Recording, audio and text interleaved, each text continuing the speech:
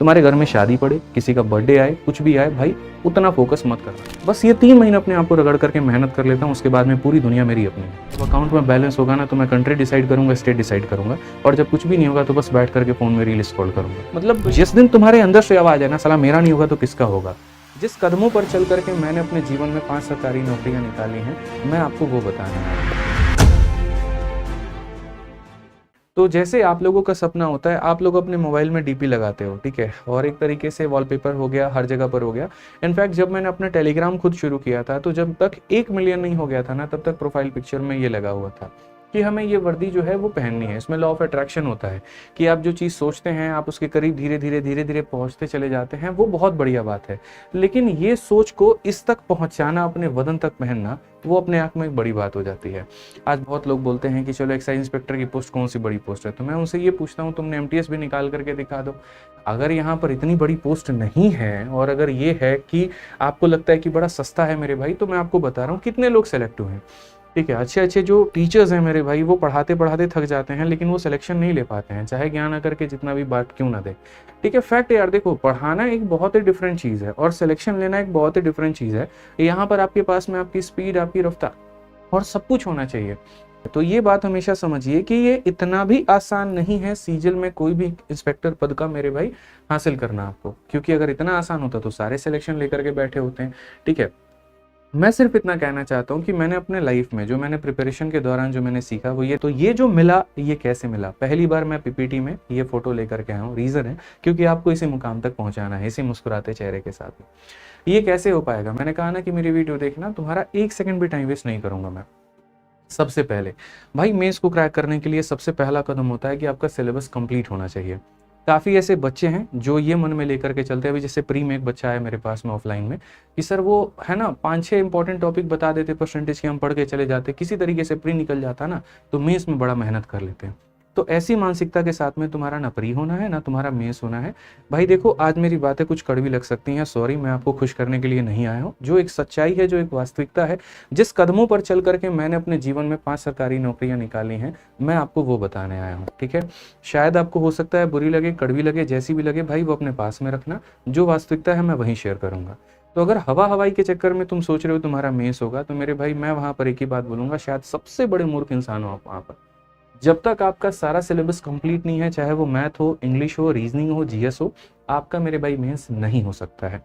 दूसरी बात, अगर आप चाहते हैं कि एक अच्छी लेवल की पोस्ट मिले, कि इंस्पेक्टर रैंक आपको मिले, तो प्री में अभी से आपका अगर 150 प्लस स्कोर है, तो आप अपने आप को मेंस के लिए काफ़ी कॉम्पिटेंट मानिए।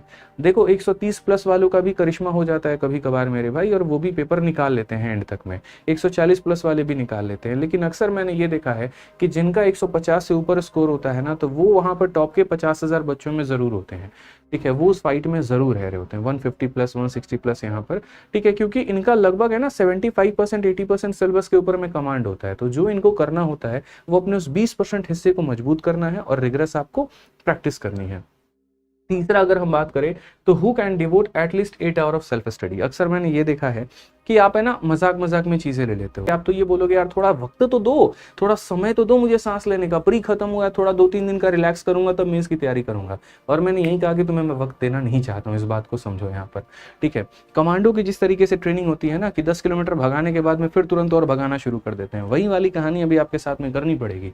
अगर आप मुझे अपना 10 घंटा दे सकते हैं, या आप अपने आप को 10 घंटा दे सकते हैं डेली सेल्फ स्टडी में, तो आप अपने मेंस में सिलेक्शन मानिएगा। अन्यथा आप अपने आप को भूल जाइए कि ये कोई सपना भी था, और वो डीपी तुम्हारा डीपी ही लगा रह जाएगा मेरे भाई, कभी जो है सिलेक्शन में कन्वर्ट नहीं हो पाएगा। इतना कम से कम देना पड़ेगा, 8 से 10 घंटा मेरे भाई, मैं गिनवा दूंगा तुम्हें। 2 घंटे मैथ में, 2 घंटे इंग्लिश में, 2 घंटे रीजनिंग, 2 घंटे जीएस, चारों देने के बाद में ना मॉक टेस्ट का टाइम तुम्हारे पास में नहीं बचेगा, प्रैक्टिस करने का टाइम नहीं बचेगा। तो पढ़ोगे सिर्फ और सिर्फ, वीडियो देखोगे तब भी तुम्हारा सिलेक्शन नहीं होना है, सिर्फ प्रैक्टिस करोगे तो नया कंसेप्ट नहीं सीख पाओगे, तब भी नहीं होना है। तो यहाँ पर अपने घंटे बढ़ाने के अलावा और कोई ऑप्शन ही नहीं है आपके पास में, ऐसे मान करके चल लीजिए। तो आपको अपने आवर्स बढ़ाने पड़ेंगे। ठीक है, नेक्स्ट पॉइंट अगर हम बात करते हैं, तो have a good command on important concept and syllabus. आपके मेरे भाई कंसेप्ट ऐसे घूमने चाहिए यहाँ पे। ठीक है, यहाँ पर ये नहीं कि ये सवाल आ रहा है, बैठ के सोच रहे अरे बाप रे कैसे बनने वाला है यार, ये तो हमसे बनेगा ही नहीं। अगर इस लेवल का जानकारी लेकर के जा रहे हो, तो मेंस में बैठ सकते हो, जाकर के पेपर दे सकते हो, अपने आप को खुश कर सकते हो, पेपर नहीं निकाल सकते जब तक मेरे भाई तुम्हारा सारे टॉपिक्स के ऊपर में कमांड ना हो। कोई तुमसे अगर वोकैबुलरी पूछे, मोडिकम का मतलब क्या होता है, सीधा बोलो भैया कम होता है, और 4 साइनों उसके मुंह पे फेंक के मारो। ठीक है ना, मोडी कम सीधा मिएगर हो गया भाई, और कम स्कैंटी हो गया, वहां पर एंटोनिम पूछ दे, प्लेथोरा बता दो, इस तरीके का कमांड तुम्हारा उसके ऊपर में हो। कोई इडियम पूछ दे, कोई जीएस की फैक्ट पूछ दे, तो वो तुम्हारे टिप्स के ऊपर में हो, तभी दिखेगा कि हाँ यार, मतलब जिस दिन तुम्हारे अंदर से आवाज है ना, साला मेरा नहीं होगा तो किसका होगा, ठीक है, उस तक की मेहनत करके चलनी पड़ेगी तुम्हें, यहाँ पे इस बात को समझो। अगला अगर हम बात करते हैं, abnegate social media and can be ascetic. ये 2 वर्ड हमने एसएससी की तैयारी में सीखे थे, हमें बड़ा अच्छा लगता है, हमेशा मेरी वोकैबुलरी 10,000 से ऊपर वर्ड्स की है, तो मैं अक्सर आप लोगों के सामने बोलता नहीं हूँ। लेकिन एब्निगेट का मतलब होता है त्याग करना भाई, और एसेटिक का मतलब होता है जीवन में जो सब कुछ त्याग कर चुका है, सब कुछ मेरे भाई रिनाउंस कर चुका है, एकदम साधु सीधे जीवन जी रहा है। ये चीज सिर्फ लिखना नहीं मेरे भाई, आपको फील भी करना पड़ेगा यहाँ पर अपने अंदर में, कि भैया दुनियादारी से हमको कोई मतलब नहीं है। अब तुम्हारे घर में शादी पड़े, किसी का बर्थडे आए, कुछ भी आए भाई, उतना फोकस मत करना, मेरी रिक्वेस्ट एक बड़े भाई होने के नाते मैं तुमसे बोल रहा हूँ।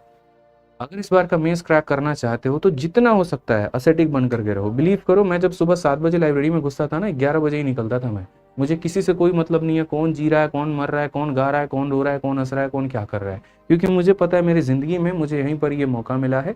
बस ये 3 महीने अपने आप को रगड़ करके मेहनत कर लेता हूँ, उसके बाद में पूरी दुनिया मेरी अपनी है। मैं जो चाहूँ जहाँ चाहूँ घूम सकता हूँ। जब अकाउंट में बैलेंस होगा ना, तो मैं कंट्री डिसाइड करूंगा, स्टेट डिसाइड करूंगा, और जब कुछ भी नहीं होगा तो बस बैठ करके फोन में रील स्क्रॉल करूंगा। तो यहाँ पर यही 3 महीने हैं तुम्हें अपने आप में साबित करने के लिए। अपने आप को एकदम रेडी कर लो कि जबरदस्त प्रैक्टिस करनी है, सिर्फ वीडियो के ऊपर में मत रहना। अगर मैं भी ये बात बोल दूं ना कि मेरी वीडियो देख लो सिलेक्शन हो जाएगा, तो मेरी बात पर पूरा रिलाई मत करना भाई।